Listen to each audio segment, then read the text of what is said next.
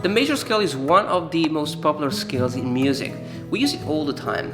Whether you want to write a song, write a melody, write a chord progression, write a solo, even if you want to understand music theory and how scales works and where chords come from, it's an awesome scale. It's not just 7 notes.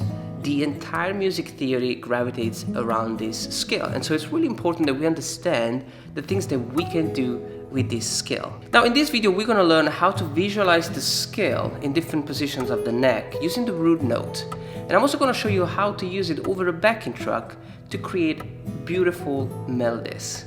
You can get the tab and the backing track, just check my Patreon page and subscribe to this channel if you want to keep up with all the upcoming lessons. One of the exciting aspects of the major scale is that we can change its sound by interpreting the notes differently. So I can treat it as an exercise and just play the notes of the scale up and down.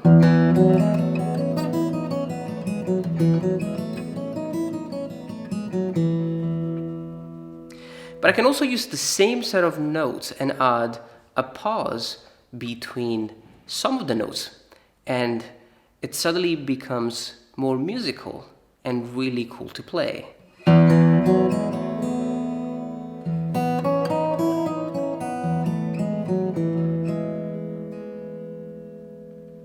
Now to do that, we have to learn how to play the scale in a vertical position. This approach allows you to visualize the scale within a defined position of the neck.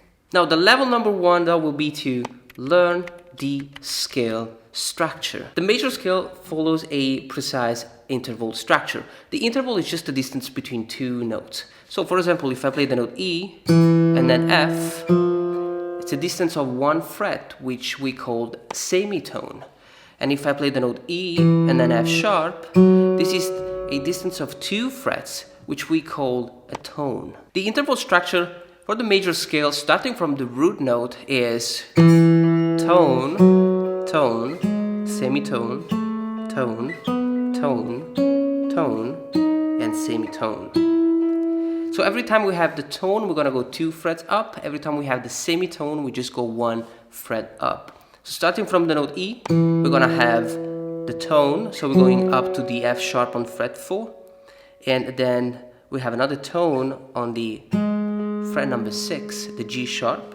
Then we have a semitone on the A, which is the fret 7. Then we have 3 tones. We have the note B on fret 9, C sharp on fret 11, and D sharp on fret 13. And then the last semitone between D sharp and E, which is the semitone.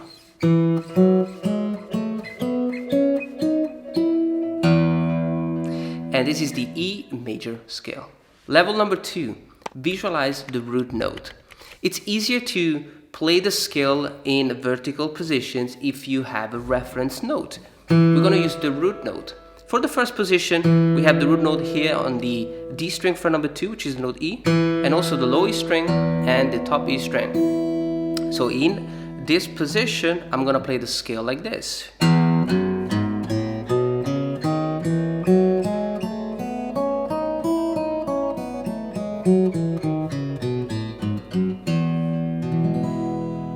I can also add 2 more additional notes, the F sharp on fret 2 and on fret number 4. So when I see the root note on the D string fret number 2, this is the shape that I'm gonna use. And as you can see, it ranges between the open string and the fret 4. So when I play this section, I keep my eyes on the root note, and I kind of try to play a musical idea that gravitates around these notes.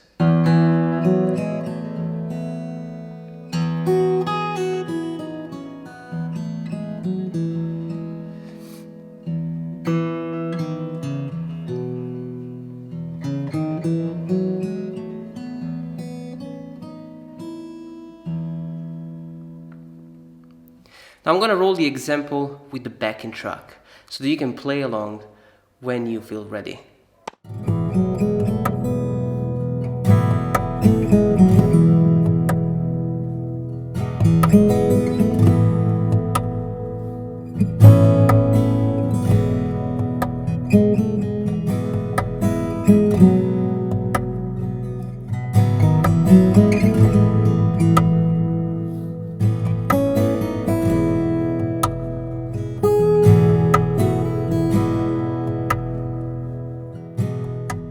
Level 3, move that root note. We can change the root note position and come up with a different scale shapes. For example, another E will be here. The A string fret number 7 and the B string fret number 5. So in this position, I'm gonna play the E major scale like this.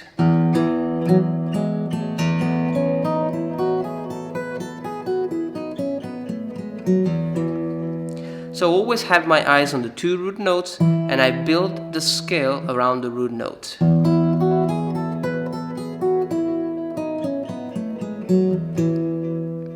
And obviously when I improvise, I'm gonna improvise in this position.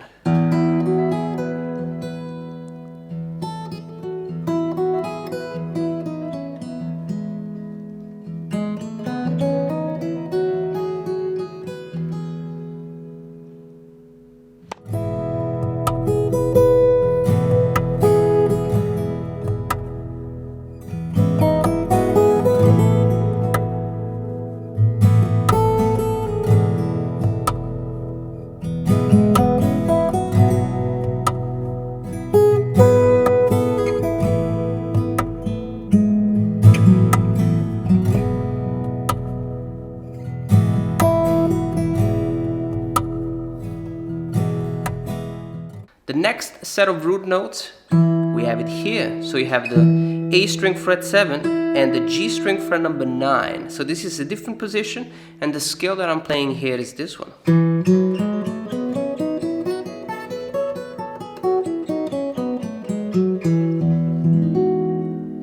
So same approach.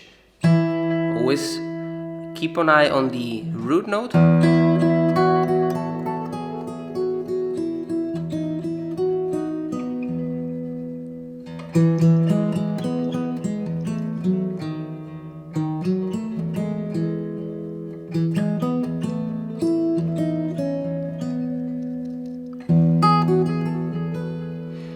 Now we can obviously play along with the backing track, so you don't have to emphasize the bass note so much, but as you can see, you can either do it with the backing track or with the without the backing track, just by outlining the chord with the low E string. Now I'm going to roll the example so that you can have an idea.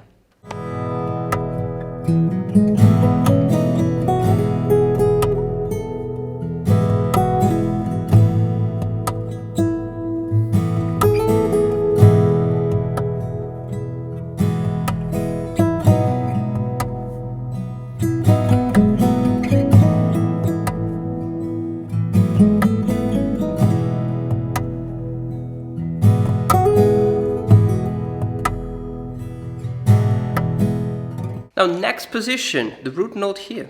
Low E string fret 12 and the G string fret number 9. That's another set of root notes.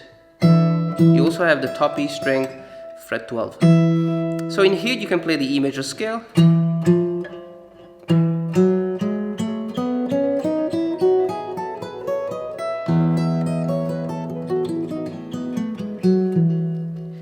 And we do the same thing. Root note, root note. Now I'm going to roll the example with the backing track. Enjoy.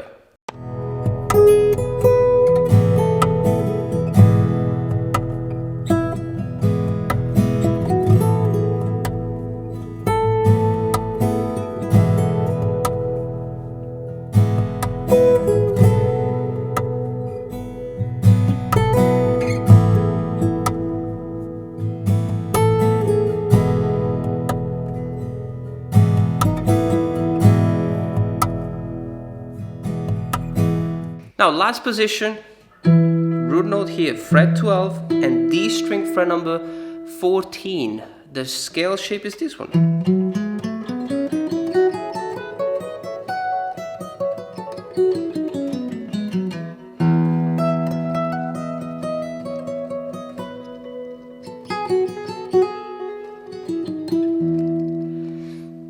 Let's check the example.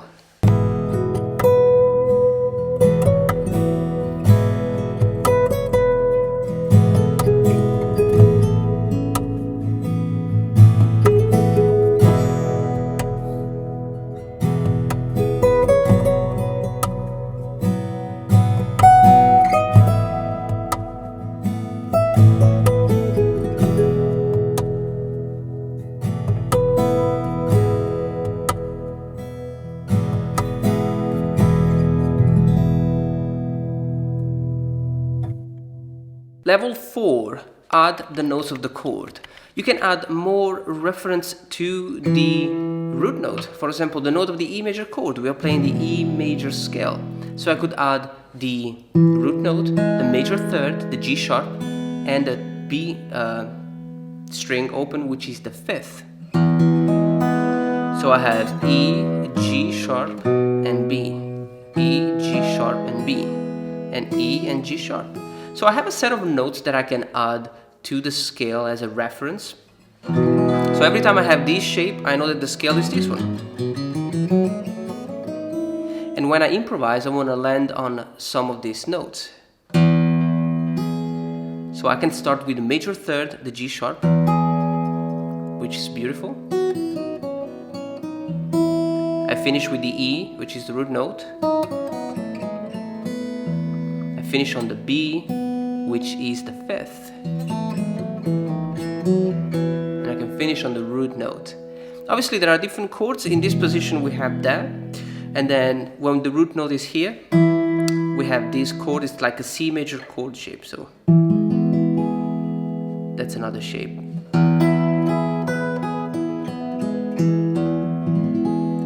And for this chord, we're gonna play like this.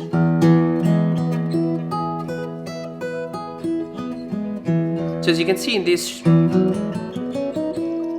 scale, I have this chord shape. So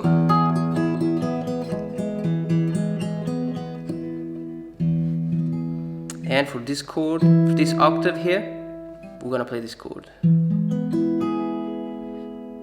And for the last one, this one, we can play a sort of a G major shape. Or this one.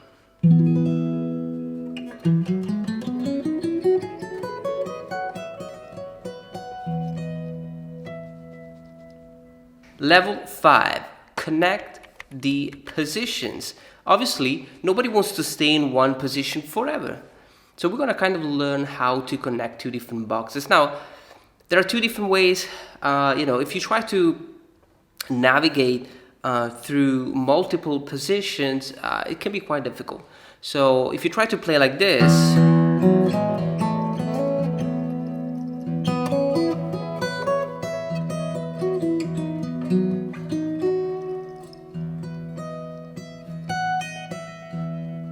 it's beautiful, but it's also really challenging. And so you have to take it step by step. Start on one string and do it on two positions. So connecting this position to this position. So I have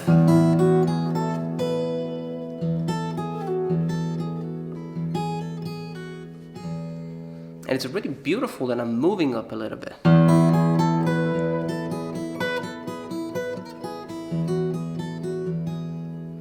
And then we can add an additional string.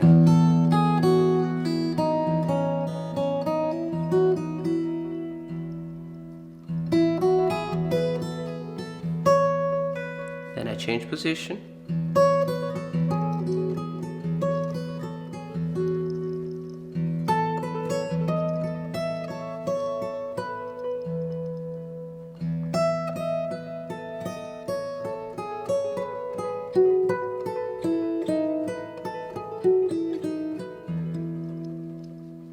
So that's it, guys. I'm gonna link the examples that I was playing along with the backing track so that you can study each single solo. And then obviously you wanna come up with your ideas.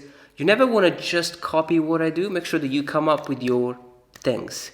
And with the backing track it's definitely easier so that you don't have to worry about playing the low E string. So I hope you enjoyed this lesson. Let me know if you like it in the comment down below. And keep playing, keep practicing. And I'll see you next time for another video. Talk soon.